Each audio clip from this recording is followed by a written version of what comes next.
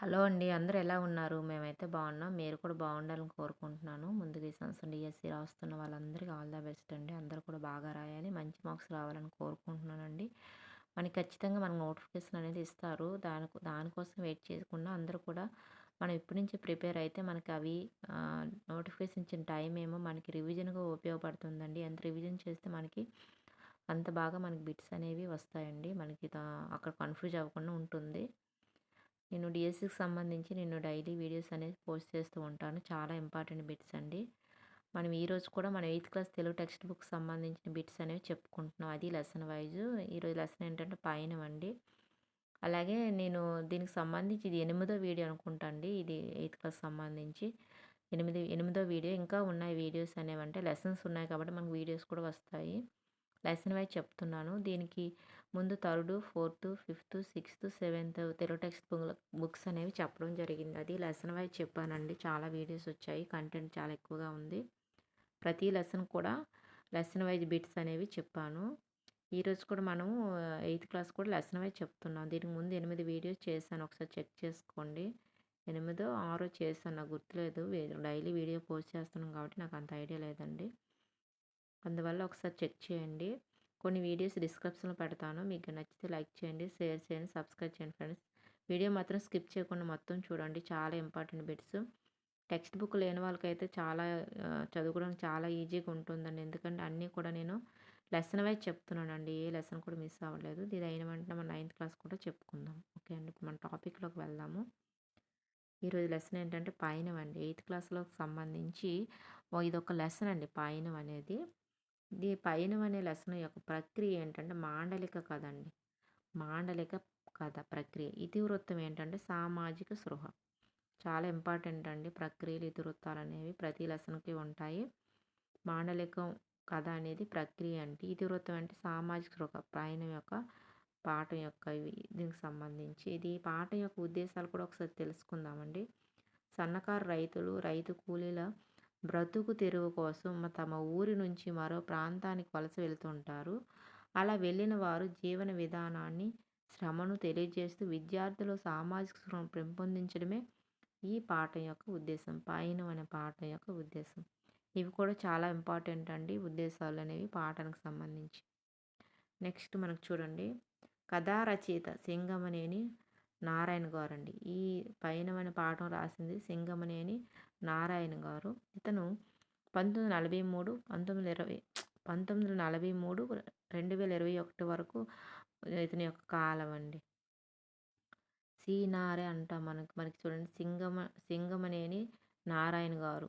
ఇతను అనంతపురం జిల్లా బండమీదపల్లిలో జన్మించారండి. బండమీదపల్లిలో జన్మించారు అనంతపురం జిల్లా. సంజమ్మ, రామప్పలు వీరి యొక్క తల్లిదండ్రులు. సింగమనేని నారాయణరావు గారి యొక్క తల్లిదండ్రులు. సీమ కథలు, జూదం, అనంతం, సింగమనేని యొక్క కథలు అనే పేర్లతో కథా సంపుట్లు వెలువడ్డాయి. ఇవన్నీ కూడా కథా సంపుటాలండి. ఎవరివి? సింగమనేని నారాయణరావు గారివి. నెక్స్ట్ వృత్తిరీత్యా ఉపాధ్యాయుడు. వృత్తిరీత్యా ఏంటండి? ఉపాధ్యాయుడు. ఆంధ్రప్రదేశ్ ప్రభుత్వం నుంచి కళారత్న, తెలుగు విశ్వవిద్యాలయం నుంచి సాహిత్య పురస్కారాలు ఇతను అందుకున్నారు. రచయిత సింగమనేని నారాయణరావు గారు. నెక్స్ట్ మనం చూసుకుంటే ఈ పాఠం సింగమనేని నారాయణ రచించిన అనంతం అనే కథా సంపుటిలో ఉందండి. ఇది పయనం అనే పాఠం అనంతం అనే కథా సంపుటంలో ఉంది. నెక్స్ట్ వలస చూడండి. వలస అంటే ఏంటంటే బ్రతుకు తెరువు లేక ఉన్న ఊరు నుంచి పని దొరికే ప్రాంతానికి వెళ్ళి జీవనం సాగించడమే ఈ కథలో అంశం. దాన్ని కూడా వలస అని అంటాము. నెక్స్ట్ ఏదైనా పదాన్ని 2 సార్లు ఉచ్చరిస్తే ఆ రెండో పదాన్ని ఆమ్రేడితం అంటాము. అచ్చుకు ఆమ్రేడిత పరమేడిత ఆమ్రేడిత సంధి వస్తుందండి. ఇది ఒకసారి చూడండి. ముందు మనం చెప్పుకున్నాం, ఒకసారి చూడండి. ఏదైనా ఒక పదాన్ని 2 సార్లు ఉచ్చరిస్తే ఆ రెండో పదాన్ని ఆమ్రేడితం అంటాం. అచ్చుకు ఆమ్రేడితం పరమేడిత ఆమ్రేడితం ఆమ్రేడిత సంధి వస్తుందండి. నెక్స్ట్ మనకు చూడండి. ఏదైనా పదాన్ని 2 సార్లు ఉచ్చరిస్తే దాన్ని మనం చెప్పుకున్నాం కదండి. అలాగే అనుమత్యర్థక వాక్యం అంటే ఏంటి? అనుమత్యర్థక వాక్యం అంటే ఏంటి? అనుమతి ఇస్తున్నట్టుగా సూచించే వాక్యం అండి. ఉదాహరణకి మీరు వెళ్ళవచ్చు, మీరు రావచ్చు, మీరు ఆడుకోవచ్చు, మీరు పాడుకోవచ్చు. అలా అనుమత్యర్థక వాక్యం అంటే మనం అంటే నీట్గా సంబోధించడం అండి. ఒకళ్ళు గౌరవించేటట్టు పిలవడాన్ని మనం అనుమత్యతిక వాక్యం అంటాము. అనుమతిస్తున్నట్లు ఏదైనా.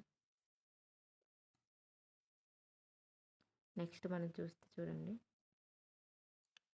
నెక్స్ట్ మనం చూసుకుంటే ఆశీర్వదక వాక్యం అండి. ఆశీర్వర్ధక వాక్యం. ఆశీర్వచనాన్ని తెలియజేసే వాక్యాన్ని మనం ఆశీర్వాదక వాక్యం అంటాం. చూడు నుండు నూరేళ్ళు చల్లగా ఉండాలని మనం దీవిస్తే ఎవరినైనా దీవిస్తాం కదండీ! దాన్ని ఆశీర్వాదక వాక్యం అంటాం. అనుమతివర్ధక వాక్యం అంటే అనుమతిస్తున్నట్లు సూచించే వాక్యం. మీరు వెళ్ళవచ్చు, మీరు తినవచ్చు, అలా వచ్చేదాన్ని మనం అనుమతివర్ధక వాక్యం అని అంటాము. నెక్స్ట్ మనకు ప్రశ్నార్థక వాక్యం అంటే ఏంటి? ప్రశ్నార్థక వాక్యం అన్నాడండి. ప్రశ్నార్థక వాక్యం అంటే ఏంటంటే, ప్రశ్న కూడుకుని ఉన్న వాక్యం. ఉదాహరణ నీ పేరేమిటి? నువ్వు ఎన్నో తరగతి చదువుతున్నావు? మీ నాన్న పేరేమిటి? అలా అడగడాన్ని మనం ప్రశ్నార్థక వాక్యం అంటాము. నెక్స్ట్ ఆశ్చర్యార్థక వాక్యం అంటే ఆశ్చర్యాన్ని విస్మయాన్ని వ్యక్తం చేస్తూ చెప్పే వాక్యం. ఉదాహరణకి ఆహా! అని అంటాం కదా! అవునా! అని మనం చెప్తుంటాం. దాన్ని మనం ఆశ్చర్యార్థక వాక్యం అని అంటాం. నెక్స్ట్ ఇలాంటివి కూడా మనకు బిట్స్ ఇస్తూ ఉంటారండి. నిషేధార్థక వాక్యం అంటే ఏంటి? పనిని నిషేధిస్తూ చెప్పే వాక్యం అండి. నిషేధార్థక వాక్యం అంటే పనిని నిషేధిస్తూ చెప్పే వాక్యం. ఉదాహరణకి అల్లరి చేయకండి. ఉదాహరణకి ఏంటంటే అల్లరి చేయకండి అని అర్థం. అలా మనకి ఉదాహరణ చెప్పవచ్చు.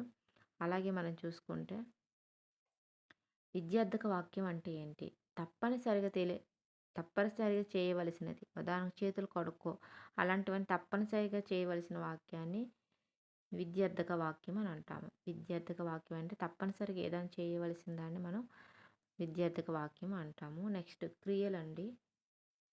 క్రియలు భూతకాల క్రియను క్వార్థకం అంటాం. భూతకాలక అసమార్థక క్రియను మన క్వార్థకం అంటాం. ఉదాహరణకు తిని, వెళ్ళి, చూసి. అలాగే వర్తమాన కాలిక అసమాపక క్రియను శత్రార్థకం అంటాము. చూడండి ఇవి చాలా ఇంపార్టెంటు. క్వార్థకం అంటే ఏంటంటే భూతకాలం ఉదాహరణకి తిని వెళ్ళి వచ్చి అలాంటి క్వార్థకం అంటాం. అంటే భూతకాల అసమాపక క్రియను క్వార్థకం అంటాము. వర్తమాన కాలిక అసమాన క్రియను శత్రార్థకం అంటాము. ఉదాహరణకి తింటూ వెళ్తూ చూస్తూ అలాంటివన్నీ చిత్రార్థం కింద వస్తాయి. భవిష్యత్తు కాలిక అసమాపక క్రియను చేతార్థకం అంటాము. చూడండి భూతకాలకు అయితే క్వార్థం కింద వస్తుంది. వర్తమాన కాలికం అంటే శ్రద్ధార్థ కింద వస్తుంది. భవిష్యత్తు అంటే ఛేదార్థకం వస్తుంది. తింటే, వెళ్తే, చూస్తే ఇలా ప్రస్తుతం మనం జరుగుతున్నది అదే భవిష్యత్తులో జరగవలసిన దాని గురించి చెప్పేది మనకి చేతార్థకం అవుతుంది. నెక్స్ట్ మనకి ఈ లెసన్కి సంబంధించి పైన అనే లెసన్కి సంబంధించి కొన్ని బిట్స్ ఇచ్చారు. బిట్స్ రూపంలో కూడా ఒకసారి మనం చూద్దామండి ఎలా వస్తాయి అనేది. ఫస్ట్ పయనం అనే కథ రచయిత ఎవరు? పయనం అనే లెసన్ రాసింది ఎవరు అని అడుగుతున్నారు. ఫస్ట్ చూడండి సింగమనేని నారాయణ, బులుసి వెంకటరమణయ్య, మూడోది మామిడిపూడి వెంకటరంగయ్య, దేవులపల్లి వెంకట కృష్ణ శాస్త్రి. ఈ నలుగురిలో ఎవరని అడుగుతున్నాం. మనం చదువుకున్నాం కదండి మనకు ఆప్షన్ 1 అండి. సింగమనేని నారాయణ. సింగమనేని నారాయణ గారు మనకి పయనం అనే కథ పయనం అనే లెసన్ను రాయడం జరిగింది. నెక్స్ట్ మనకు చూడండి పయనం పాఠం యొక్క ప్రక్రియ ఏంటి? పయనం పాఠం యొక్క ప్రక్రియ ఏంటని అడుగుతున్నాడు. ఫస్ట్ చూడండి మాండలిక కథ, రెండోది కథానిక, మూడోది గేయం, నాలుగోది ఇతిహాసం. ఈ నాలుగింట్లో ఏంటి పయనం పాఠం యొక్క ప్రక్రియ ఏంటని అడుగుతున్నారు. మనకి ఇక్కడ ఆప్షన్ 1 అనేది కరెక్ట్. మాండలిక కథ అండి. పయనం పాఠం యొక్క ప్రక్రియ ఏంటంటే మాండలిక కథ. నెక్స్ట్ మనకు చూడండి పయనం పాఠం ఇతివృత్తం ఏంటి? పయనం అనే పాఠం యొక్క ఇతివృత్తం ఏంటంటే మనకి ఇక్కడ చూస్తే ఫస్ట్ 4 ఆప్షన్లో సామాజిక స్పృహ, నైతిక విలువలు, మూడోది సమానత్వం, నాలుగోది మానవ విలువలు. ఈ నాలుగింట్లో ఏంటంటే మనకి ఇక్కడ ముందే చదువుకున్న ఆప్షన్ 1 అండి సామాజిక స్పృహ అండి. పైన పాఠం యొక్క ఇతివృత్తం ఏంటంటే సామాజిక స్పృహ. నెక్స్ట్ మనకు చూడండి సింగమనేని నారాయణ జన్మించిన సంవత్సరం ఏది? సింగమనేని నారాయణరావు గారు జన్మించిన సంవత్సరం ఏది? 1943, 1953, 1954, 1919. ఈ నాలుగింట్లో ఏంటి అడుగుతున్నారు. మనకి ఇక్కడ ఆప్షన్ 1 అండి 1943లో సింగమనేని నారాయణరావు గారు జన్మించడం జరిగింది. పయనం వీరి వలస కథ. పయనం అనే పాఠం ఎవరి యొక్క వలస కథ? ఫస్ట్ చూడండి సింగన్న, రెండోది వెంకటస్వామి, మూడోది గంగన్న, నాలుగోది మంగన్న. ఎవరి యొక్క వలస కథ ఇందులోనే అడుగుతున్నారు. మనకు ఆప్షన్ 3 అండి గంగన్న. పయనం గంగన్న వలసకు సంబంధించిన కథ అండి. నెక్స్ట్ మనకు చూడండి క్రింది వాటిలో సింగమనేని నారాయణ గారు రచించిన కథా సంపుటి ఏది? క్రింది వాటిలో సింగమనేని నారాయణ గారు రచించిన కథా సంపుటి ఏది? ఫస్ట్ చూడండి, ఒకటి జూదం, రెండోది తుమ్మెద, నాలుగోది మూడోది తుఫాను, నాలుగోది నీటి పుట్ట. ఈ నాలుగింట్లో ఏంటంటే మనకి ఇక్కడ ఆప్షన్ 1 అనేది కరెక్ట్ ఉంది. జూదం అండి. జూదం. జూదం అనేది సింగమనేని నారాయణరావు గారు రచించిన కథా సంపుటి. నెక్స్ట్ ఏడోది పయనం పాఠం ఈ కథా సంపుటి నుంచి గ్రహించబడింది. ఏ కథా సంపుటి నుంచి గ్రహించబడింది పయనం అనే పాఠం అడుగుతున్నారు. ఫస్ట్ చూడండి అనంతం, రెండోది సీమ కథలు, మూడోది జూదం, నాలుగోది సింగమనేని. ఈ నాలుగింట్లో ఏంటని అడుగుతున్నారు. మనకి ఇక్కడ ఆప్షన్ 1 అనేది కరెక్ట్ అవుతుంది. అనంతం అండి. పయనం అనే పాఠం అనంతం అనే కథా సంపుటి నుంచి గ్రహించబడింది. నెక్స్ట్ సింగమనేని నారాయణ పొందిన పురస్కారం ఏంటి? సింగమనేని నారాయణ పొందిన పురస్కారం ఏంటన్నారు. ఫస్ట్ చూడండి కళాప్రపూర్ణ, రెండు కళాతిలక, నెక్స్ట్ మూడోది కళా సంజీవ, నాలుగోది కళారత్న. ఈ నాలుగింట్లో ఏంటి అడుగుతున్నారు. మనకి ఇక్కడ ఆప్షన్ 4 అండి, కళారత్న. సింగమనేని నారాయణ పొందిన పురస్కారం ఏంటంటే కళారత్న. నెక్స్ట్ ఈ కింది వాటిని జతపరచమన్నారండి.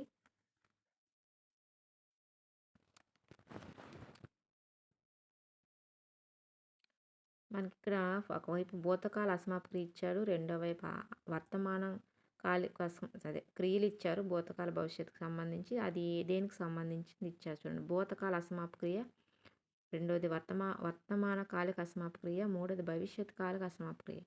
పక్కన చేదార్థకం, క్వార్థకం, చిత్రార్థకం ఉంది. ఇది మనం జత చేయాలండి. మనకి ఇక్కడ ఆప్షన్ 3 అనేది కరెక్ట్ అవుతుంది.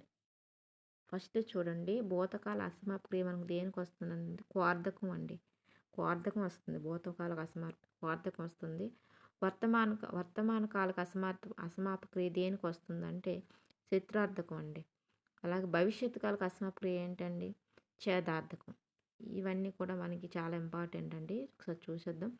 భూతకాల అసమాప్తి క్రియ మనకి క్వార్థకం అండి. వర్తమానక అసమాప్తి క్రియ చిత్రార్థకం. భవిష్యత్తు కాలక అసమాప్తి క్రియ ఏంటంటే ఛేదార్థకం అండి. నెక్స్ట్ మనకు 10వ ఏంటంటే అంకురం అంటే అర్థం ఏంటి? అంకురం అనే పదానికి అర్థం ఏంటని అడుగుతున్నాడు. ఫస్ట్ చూడండి మొలక, రెండోది జలము, మూడోది రక్తము, నాలుగోది నీరు. అంకురం అంటే ఏంటి అని అడుగుతున్నాయి. నాలుగింట్లో మనకు ఆప్షన్ 1 అండి, మొలక. అంకురం అంటే మొలక అని అర్థం అండి. అంకురం అంటే మొలక అనే అర్థము. నెక్స్ట్ గంగన్నను తన బంధువుల ఇంటికి పనికి పంపినది ఎవరు? గంగన్న తన బంధువుల ఇంటికి పనికి పంపినది ఎవరు? ఫస్ట్ చూడండి వీరాస్వామి, రెండోది రామప్ప, మూడోది వెంకటస్వామి, నాలుగోది రామస్వామి. ఎవరు పంపారు అడుగుతున్నారు. మనకి ఇక్కడ ఆప్షన్ 2 అనేది కరెక్ట్ అవుతుంది. రామప్ప అండి. రామప్ప గంగన్ను తన బంధువుల ఇంటికి పనికి పంపడం జరిగింది. నెక్స్ట్ గంగన్న కుటుంబం వలస వెళ్ళిన గ్రామం ఏది? గంగన్న ఏ ఊరు వలస వెళ్ళారు, ఏ గ్రామం వెళ్ళారన్నారు. మనకి ఇక్కడ ఆప్షన్లు ఏంటి, కర్ణాటకలోని బళ్ళారి దగ్గర కంపిలి కొట్టం, రెండోది కర్ణాటకలో హంపి దగ్గర కంపిలి కొట్టం, మూడోది కర్ణాటకలో రాయచూరు దగ్గర కంపిలి కొట్టం, నెక్స్ట్ కర్ణాటకలోని ఆదోని దగ్గర కంపిలి కొట్టం అండి. దేనికి గంగన్న కుటుంబం వలస వెళ్ళారు అంటున్నారు. మనకి ఇక్కడ ఆప్షన్ 1 అండి, కర్ణాటకలోని బళ్ళారి దగ్గర కంపిలి కొట్టం అనే గ్రామానికి వలస వెళ్ళారు. నెక్స్ట్ సిగ్గుపడుతూ నా ముందు నిలబడొద్దు ఈ వాక్యం ఏంటి? సిగ్గుపడుతూ నా ముందు నిలబడొద్దు అనేది వాక్యం దేనికి చెందింది? ఫస్ట్ చూడండి నిషేధార్థకం, రెండోది ప్రశ్నార్థకం, మూడోది ఆశీర్వార్థకం, నాలుగోది అనుమత్యార్థకం అండి. నాలుగింట్లో ఏంటి సిగ్గుపడుతూ నా ముందు నిలబడొద్దు అనేది దేనికి సంబంధించి అడుగుతున్నారు. మనకు ఆప్షన్ 1 అండి, నిషేధార్థకం అండి. నిషేధార్థానికి చెందిన వాక్యం. నెక్స్ట్ మనకు చూడండి ఆహా ఎంత బాగుందో ఈ వాక్యం ఏంటి? ఆశ్చర్యవార్థకం, అనుమతార్థ వాక్యం, నిషేధార్థక వాక్యం, ప్రశ్నార్థకం. దేనికి సంబంధించిందంటే మనం ముందు చదువుకున్నామండి, ఆశ్చర్యార్థక వాక్యం అండి. ఆహా ఎంత బాగుందో అనేది ఆశ్చర్యార్థక వాక్యం. నెక్స్ట్ మనం చూసుకుంటే ఓహో ఈ పదంలోని సంధి ఏంటి? ఓహో అనే పదంలోని ఓహోహో అనే పదంలో సంధి ఏంటి? అత్వ సంధి, ఇత్వ సంధి, ఉత్వ సంధి, ఆమ్రేడిత సంధి. ఈ నాలుగింట్లో ఏంటంటే మనకిక్కడ ఆప్షన్ 4 అండి. ఆమ్రేడిత సంధి అండి. ఓహోహో అనే పదంలోని సంధి ఏంటంటే ఆమ్రేడిత సంధి. నెక్స్ట్ భవిష్యత్ కాల అసమాప్క్రియను ఎలా పిలుస్తారు? భవిష్యత్ కాల అసమాప్క్రియను ఏమని పిలుస్తారు? ఫస్ట్ ఛేదార్థకం, రెండోది చత్రార్థకం, వార్ధకం ఏది కాదు. భవిష్యత్తు కాలంకి సంబంధించి దేని పిలుస్తామంటే మనకి ఇక్కడ ఆప్షన్ 1 అండి ఛేదార్థకం. భవిష్యత్తు అయితే మనకు ఛేదార్థకం అండి. నెక్స్ట్ తిని, చూసి, చేసిన క్రియలు ఏంటి? భూతకాలక అసమాప్క్రియల, వర్తమాన కాలక అసమాప్క్రియల, భవిష్యత్ కాలక అసమాప్క్రియల, తద్ధర్మ కాల అసమాప్క్రియ దేనికి చెందినవి? తిని, చూసి, చేసి అనే క్రియలు అంటున్నారు. మనకి ఇక్కడ ఆప్షన్ 1 అనేది కరెక్ట్. భూతకాలిక అసమాప్క్రియలు. భూతకాలిక తిని, చూసి అవన్నీ కూడా భూతకాలిక అసమాప్క్రియలండి. నెక్స్ట్ మనం చూసుకుంటే 18వది మన ఊరు ఇట్లా పచ్చగా ఉంటే ఇంత దూరం వచ్చి పనేముంది అన్నది ఎవరు? మన ఊరు ఇట్లా పచ్చగా ఉంటే ఇంత దూరం వచ్చి పని ఏముంది అన్నది ఎవరు? ఫస్ట్ చూడండి గంగన్న, నరసమ్మ, నారాయణ, వెంకటలక్ష్మి. ఈ నలుగురిలో ఎవరన్నారంటే మనకి ఇక్కడ ఆప్షన్ తీరండి నారాయణ. మన ఊరు ఇట్లా పచ్చగా ఉంటే దూరం వచ్చి పని ఏముంది అన్నది మనకి నారాయణ అనడం జరిగిందండి. నెక్స్ట్ గంగన్న కుటుంబ స్వగ్రామం ఏది? గంగన్న కుటుంబం యొక్క స్వగ్రామం ఏది? ఫస్ట్ చూడండి మఠంపల్లె, రెండోది లక్కపల్లె, మూడోది బుక్కరాయి చంద్రం అండి, నాలుగోది పాపం పల్లె. ఈ నాలుగింట్లో ఏది అడుగుతున్నారు? మనకి ఇక్కడ ఆప్షన్ 4 అనేది కరెక్ట్. పాపం పల్లె అండి. పాపం పల్లె. గంగన్న కుటుంబ స్వగ్రామం పాపం పల్లె.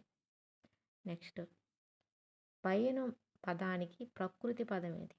పయనం అనే పదానికి ప్రకృతి పదం ఏంటి? ఫస్ట్ చూడండి ప్రయాణం, రెండవది పొలం, మూడవది పాట, నాలుగవది ప్రభుత్వం. ఈ నాలుగింట్లో ఏంటంటే మనకి ఇక్కడ ఆప్షన్ 1 అనేది కరెక్ట్. ప్రయాణం అండి.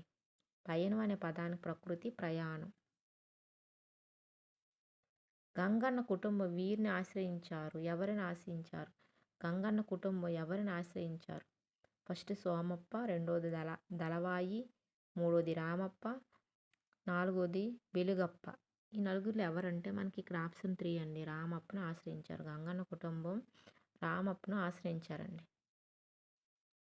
నెక్స్ట్ పయనం పాఠంలోని ఈ సమస్య ప్రస్తావించబడింది. పయనం అనే పాఠంలోని ఏ సమస్య ప్రస్తావించబడింది? ఫస్ట్ చూడండి వలస, రెండోది కార్మికులు, మూడోది ఆడంబరాలు, నాలుగోది పండుగలు. ఇందులో ఏంటంటే మనకి ఇక్కడ ఆప్షన్ 1 అండి వలస గురించి పయనం అనే పాఠంలో ప్రస్తావించడం జరిగింది. నెక్స్ట్ రామప్ప వీరి క్షేమ సమాచారాలు అడిగాడు. ఎవరి యొక్క క్షేమ సమాచారాలు అడిగాడు రామప్ప అని అడుగుతున్నారు. ఫస్ట్ చూడండి వీరాస్వామి, రెండోది కృష్ణప్ప, మూడోది వెంకటస్వామి, నాలుగోది రామస్వామి. ఎవరు క్షేమ సమాచారం అడిగారు రామప్పని అడుగుతున్నారు. మనకి ఇక్కడ ఆప్షన్ 3 అండి వెంకటస్వామి క్షేమ సమాచారం రామప్ప అడగడం జరిగింది. నెక్స్ట్ పాండవులు లాంటి వాళ్ళు 13 ఏళ్ళు వనవాసం చేశారంట. మనమంతా ఎంత ఊరుకో అన్నది ఎవరు? పాండవులు అంటే వాళ్ళే 13 ఏళ్ళు వనవాసం చేశారంట. మనమనగా ఎంత అన్నది ఎవరన్నారంటే మనకి ఇక్కడ చూడండి ఫస్ట్ వెంకటలక్ష్మి, రామప్ప, నరసమ్మ, నారాయణ. ఎవరన్నారు ఈ వాక్యం అంటే మనకి ఇక్కడ ఆప్షన్ 3 అండి నరసమ్మ అన్నడం జరిగింది. నెక్స్ట్ 25 చుట్టూ ఉన్న పొలాలను చూసి ఎంత బాగుందో అన్నది ఎవరు? చుట్టూ ఉన్న పొలాలను చూసి ఎంత బాగుందో అన్నది ఎవరు? ఫస్ట్ చూడండి వెంకటలక్ష్మి, రెండోది రామప్ప, మూడోది నరసమ్మ, నాలుగోది నారాయణ. ఎవరన్నారంటే మనకి ఇక్కడ ఆప్షన్ 1 అండి వెంకటలక్ష్మి. చుట్టూ ఉన్న పొలాలను చూసి ఎంత బాగుందో అన్నది వెంకటలక్ష్మి అండి. నెక్స్ట్ ఈ వీడియోకి సంబంధించి చివరి పెట్టండి సింగమనేని నారాయణ వృత్తిరీత్యా ఏంటి? ఎవరు అతను? సింగమనేని నారాయణ వృత్తిరీత్యా ఏం చేస్తారు? ఫస్ట్ చూడండి ఉపాధ్యాయుడు, రెండోది వ్యాపారవేత్త, మూడోది చిత్రకారుడు, నాలుగోది శిల్పకారుడు. ఎవరు? సింగమనేని నారాయణ వృత్తిరీత్యా ఏం చేస్తారంటే మనకు ఆప్షన్ 1 అండి ఉపాధ్యాయుడు. ఇతను ఫస్ట్ టీచర్ అండి. సింగమనేని నారాయణ వృత్తిరీత్యా టీచరు. ఇదండి ఈ రోజుకి సంబంధించిన బిట్స్ అండి ఇవి. మళ్ళీ మనం 8th క్లాస్ సంబంధించి మళ్ళీ రేపు మనం వేరే లెసన్ అనేది చెప్పుకుందామండి. వీడియోగా నచ్చితే లైక్ చేయండి, షేర్ చేయండి, సబ్స్క్రైబ్ చేయండి ఫ్రెండ్స్. చాలామంది అసలు సబ్స్క్రైబ్ చేయకుండానే వీడియో చూస్తున్నారండి. కానీ సబ్స్క్రైబ్ చేయండి, లైక్ చేయండి. ఒకసారి మనకి ఈ ఛానల్‌లో డీఎస్‌కి సంబంధించి మనకి జీడీఎస్ ఛానల్‌లో డీఎస్‌సీ బిట్స్ అని ఒక ప్లే లిస్ట్ ఉంటుంది. అదొకసారి ఓపెన్ చేయండి. చాలా ఇంపార్టెంట్ బిట్స్ అందులో ఉన్నాయి. మీకు ఖచ్చితంగా యూజ్ అవుతాయండి. అన్నీ కూడా లెసన్ వైస్ చెప్పాను. అందుకనే ప్రత్యేకించి చెప్పడం జరుగుతుంది ప్లే లిస్ట్ గురించి. ఒకసారి చెక్ చేయండి. ఓకే అండి. Thank you.